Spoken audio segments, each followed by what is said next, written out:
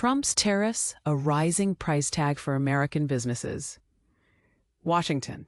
A recent study reveals that significant financial burdens are looming for a key segment of U.S. companies, amounting to $82.3 billion due to President Donald Trump's existing tariff policies. This impact, as detailed in their analysis, could potentially lead to various adjustments, such as increasing prices, laying off employees, halting new hires, or accepting narrower profit margins. According to the J.P. Morgan Chase Institute, this is among the first efforts to quantify the direct costs faced by businesses earning between $10 million and $1 billion annually, a group encompassing approximately a third of the private sector workforce in the U.S. These companies, more reliant on imports from countries like China, India, and Thailand, find the retail and wholesale industries particularly susceptible to the president's import taxes. But here's where it gets controversial. The study exposes a crucial discrepancy in Trump's promises. Far from what he claimed, the foreign manufacturers haven't taken on these additional costs. Instead of American businesses, U.S. companies have.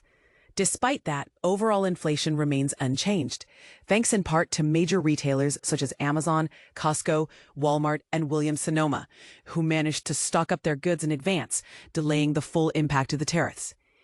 And this is the part most people miss. These upcoming tariffs are not just about immediate financial strain.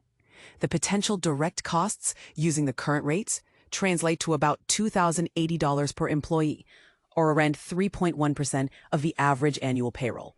This includes companies that do not import any goods and those that do. As trade negotiations continue to evolve, Trump's administration has indicated that tariff rates are still to be determined, necessitating complex negotiations with multiple countries. Only a few nations have inked trade agreements with the U.S., and some, like India and Vietnam, are on the brink of agreements. Could this lead to more inflation, as some experts believe? Goldman Sachs suggests that companies might pass on 60% of their tariff costs to consumers. And the Atlanta Federal Reserve estimates that businesses might pass on approximately half their tariff costs without losing consumer demand. The J.P. Morgan Chase Institute's findings also hint that domestic manufacturers may increase their production capabilities to replace some imports.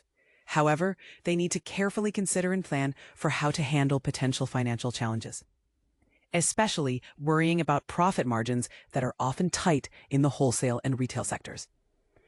What are your thoughts on these trade policies and their effects on the economy?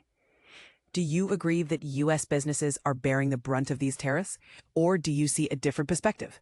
Let's discuss in the comments.